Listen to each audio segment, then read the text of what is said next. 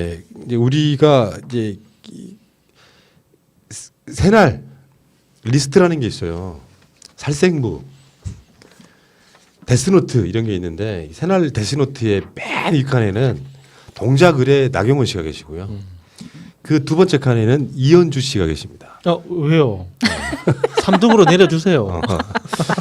3등이 김진태입니다. 아, 그러나. 그러니까 여론조사가 초반에는 지금 부산 남구을에 초반에는 이현주가 앞서는 걸로 나왔었어요. 근데 박재호 후보는 마차님도 보신 적 있어요. 아 그때 원팀 할 때. 그때 이렇게 부산시장 출마했을 때 부산 내려갔을 때 우리 방송하러 갔을 때 박재호 의원 지금 오골돈 부산시장 이호철 전 민정수석 이런 분들이 이제 부산에 이제 쉽게 표현하면 그쪽의 주류들인 분들이에요. 근데 박재호 의원만 해도 그 지역에서 노무현 대통령 사실 노무현 대통령 사람인 거죠. 4번인가 출마해갖고 떨어지신 분이에요. 그러다가 최근에 당선돼서 초선이야. 정치적 비중으로는 부산에서는 거의 당대표급입니다. 근데 지금 그 자리에다가 이현주가 뜬금없이 영도 가려다가 영도에서는 반대가 심해서 못 가고 꽂혀서 여론조사를 했는데 처음에 이현주가 잘 나왔어. 근데 점점점 가면 갈수록 해서 지금 박재호 51.2, 이현주 37.2 점점점 벌어지고 있어요. 부산 좀 알잖아요. 근데 저는 이 여론조사하고 상관없이 그러니까 박재호 의원에 대한 지지율은 한 번도 변한 적이 없다고 생각해요. 그게 여론조사 방법에 따라서 이현주가 높게 나올 수도 있고 박재호 의원이 높게 나올 수도 있는데 지난 4년 동안 박재호 의원이 의정 활동을 어떻게 했는지를 들어보면 이 여론조사 아무 의미 없는 거예요. 박재호 의원이 지난 4년 동안 하루에 그러니까 24시간 중에 잠자는 시간을 제외하면 가장 많은 일을 하는 게 전화 받는 거예요. 그러니까 지역구 의원뿐만 아니라 자기 전화번호를 알고 있는 대한민국 국민 모두의 전화를 다 받아줬어요. 그게 고등학생들부터 80대 노인까지 개인적인 고민부터 정책 제안까지 모든 전화 통화를 다 받아줬거든요. 그러니까 그 박재호 의원을 아는 사람 그리고 박재호 의원 전화번호를 가지고 있는 그 남구을 주민들이 굉장히 많은데 박재호 의원의 전화번호를 갖고 있는 사람은 박재호 의원 찍는 거예요. 왜냐하면 한 번 이상을 통화해봤고 박재호 의원이랑 통화한 사람을 자기가 개인적으로 아는 사람이거든. 그러니까 박재호가 어떤 사람이고 그 내 친구 전화를 어떻게 받아줬는지를 직접 듣고 있는 사람들이기 때문에 박재호 의원을 안 찍고 이현주를 찍는 건 말이 안 되는 거예요. 네. 지금 먼저 이현주를 봤다고. 그러니까 거기서는 사실 이런 게 있어요. PK는 공천만 잘 되면 오히려 다수를 먹을 수도 있는 그런 지역이에요. 부울경은. 노무현 대통령이나 문재인 대통령도 출신 자체가 그쪽이잖아요. 옛날에 언제적 김대중당 이야기를 하고 계셔들. 그러니까 열심히 노력하면 분명히 쉽게 표현하면 험지가 아니라 누구나 당선될 수 있는 지역으로 바뀌고 있다는 뜻이기도 하지만 얘네들이 너무 쉽게 보는 거예요. 미래통합당 애들이. 어떤 연고도 없는 민주당 출신의 재선 의원을 광명에서 끌어내려가지고 여기다 공천하는. 그러니까 당연히 벌어질 수밖에 없는 거고 아까 말한 데스노트 1, 2, 3위가 다 공교롭게도 만방으로 깨지고 있다는 여론조사가 우리를 되게 기쁘게 합니다. 거기다가 이현주가 정말 이게 부산 사람들 특유의 이렇게 그러니까 나보다 동생이나 후배한테 지면 더 치욕스럽게 생각하는 그런 경상도 사람들 특유의 이제 그런 문화가 있거든요. 그런 측면에서 봤을 때 이번에 이현주는 최악입니다. 최악. 왜냐하면 영도구에 출마한 그 미래통합당 후보가 고등학교 후배예요. 황보승이라고 그 이현주 직속 후배라고 후배한테 까이고 지금 이쪽으로 쫓겨난 거 아닙니까? 그러니까 부산 사람들이 봐도 쪽팔린 거죠. 그러니까요. 이 여론조사는요, SBS가 여론조사 기관 입소스에 의뢰해서 28일부터 30일까지 지역의 18세 이상 500명을 대상으로 한 여론조사고요. 지금 응답률이 높아요, 요즘에는. 부산 남을은 15.5%고요. 전 방송에 있었던 그 장경태 후보 쪽 여론조사의 응답률은 20%가 넘어요. 선거철이 왔다는 이런 뜻이고. 자, 어쨌건 저는 이현주는 지금 이제 국회에서 볼 날이 오늘이 4월 1일이니까요. 5월 30일까지가 임기입니다. 이제 2달도 채 남지 않았다는 말씀을 드리고 이현주 씨는 이제 우리랑 똑같이 경쟁하셔야겠죠. 유튜브에서. 이현주 TV를 우리보다 구독자가 높아요. 난 그게 제일 자존심 상해. 근데 뭐 구독자가 많으면 뭐 조회수가 안 되는데. 그게 문제가 아니야. 사람들은 그 채널의 우수성을 조회수로 그러니까 구독자로 평가를 하잖아요. 그런데 여기서 이현주보다 우리가 구독자가 적다는 게 정말 자존심 상해요. 어쩔 때 방송 안 하고 싶고 막 그래요.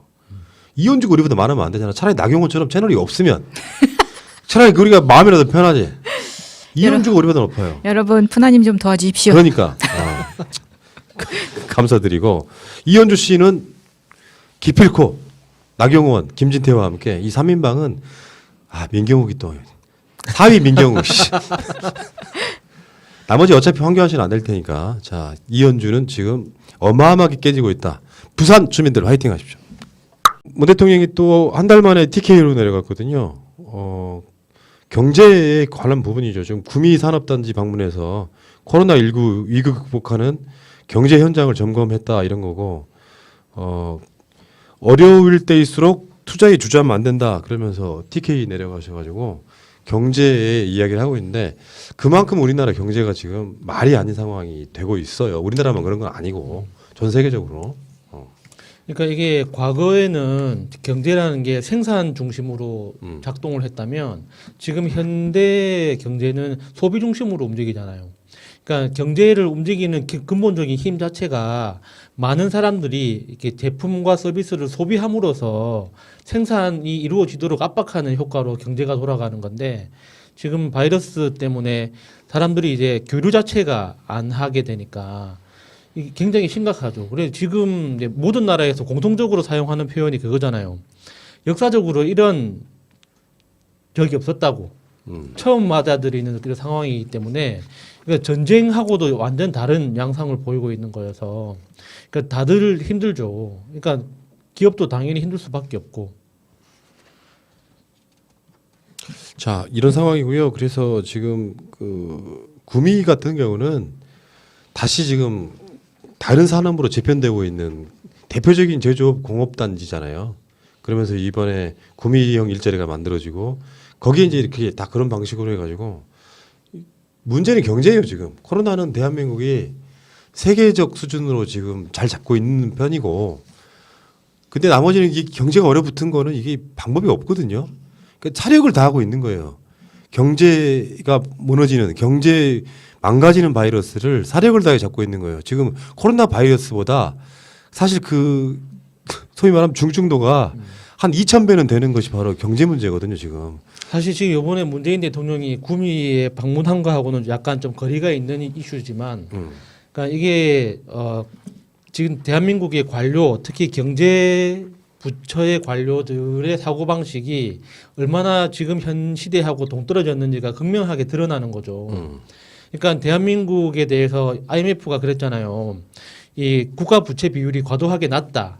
경직돼 있기 때문에 그러니까 현금을 더 풀어서 그 유동성을 늘리고 경기 부양 효과도 노려라 하는 그런 권장을 했던 이유가 독일하고 똑같이 이제 40%가 채 안 되잖아요. 그러니까 아직까지 국가 부채 비율에 대한 어떤 여력이 굉장히 많이 남아 있단 말이에요. 그런데 이 그 재난 지원금에 대해서 이 국가 부채 비율이 1%라도 올라가면 안 된다는 그런 사고 방식에 빠져가지고, 그러니까 모든 걸 너무 보수적으로 지금 접근하고 있는 거죠. 예. 그러다 보니까 기업한테 지원하는 거는 지원하는 대로 가는데, 그러니까 기업에 대해서 지원하는 건 생각보다 속도가 굉장히 빨라요 지금. 빠르게 집행이 되고 있는데 이 일반 국민들한테 이렇게 지원되는 건 이게 기업만큼 속도가 안 나고 있거든요. 그러니까 이번에 발표했던 것처럼 뭐 가구당 100만 원 이렇게 이제 하게 되면 그걸 또 선거 이후로 할 수밖에 없는 구조잖아요.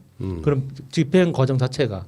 그러면 국민들한테 필요할 때 돈이 지급돼야 되는데 이게 이미 다 힘들어져 버린 상태에서는 소모성 비용밖에 안 되는 거죠. 실제 생활비보다는.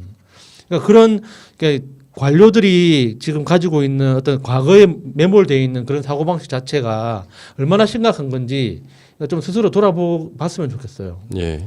그러니까 이게 대한민국에 지금의 미래통합당 같은 세력이 있을 때는 이게 힘이 잘 안 모아집니다. 사사건건 발목 잡고 국회에서는 반대하고 통과 안 시키겠다고 땡깡 놓고 이런 상황이거든요. 이럴 때는 여야가 어디 있어요? 솔직히 말씀드리면 선거도 필요 없는 거예요. 가장 중요한 게 국민들이 지금 너무 힘들 때는 힘을 합쳐줘야 되는데 한쪽에서는 반대를 위한 반대가 너무 심하잖아요. 전 국민한테 주는 건 돈이 어딨냐 해놓고 국민 70%한테 주겠다 하니까 주려면 다 주지 하는 이놈들 세상에 이런 놈들이 어디 있어요 지금. 말장난 같은 거죠. 사실 네. 지금 정부가 이만큼 애를 쓰고 있으면 기업이나 이런 쪽에서도 좀 같이 발벗고 나서서 네스에서도 그런 이야기를 한 적이 있었는데 그러니까 메르스 때는 기업들이 굉장히 많이 뭐 박근혜 대통령이 이렇게 요구를 했었는지는 모르겠지만 자발적인 기업에 참여했는지도 모르겠지만 그런 것들이 많이 있었단 말이에요. 근데 이번에는 기업에서 사실 정부에서 기업을 투자를 하는 거 지원을 하는 것도 인건비가 대부분이라고 생각하거든요. 그러니까 월급 제대로 줘라. 너네가 영업이익이 그렇게 없더라도 그런데 지금 보면은 기업에 지원하는 것들이 정말 국민들한테도 갈고 있느냐 이것도 지켜봐야 되는 굉장히 중요한 요건 같습니다. 그렇죠. 자 경제 살립시다. 그게 저는 이렇게 생각해요. 마스크 잘 쓰시고요. 동네 나가서 외식도 하시고요. 물건도 좀 사시고요. 그러니까 내 개인 위생과 마스크 쓰고 돌아다니는 것은 그렇게 위험한 일이 아니잖아요. 자기 개인 위생하면서 마스크 쓰면서 소비도 좀 해야 되는데 소비를 너무 안 하는 게 결국에는 우리한테 다시 돌아옵니다. 그러니까 어느 정도는 지금 그나마 많은 분들이 이제 밖으로 나오고 있는 건 맞아요. 주말 같은 데 보면은 맞는데 소비를 좀 하시자고요. 오죽하면 이제 벌써 기본소득 개념이 도입되고 있겠습니까? 그만큼 상황이 심각한 거고 문 대통령은 지금 사력을 다하고 있다는 말씀을 한번 드려보고 같이 한번 잘 해보시자고요. 자.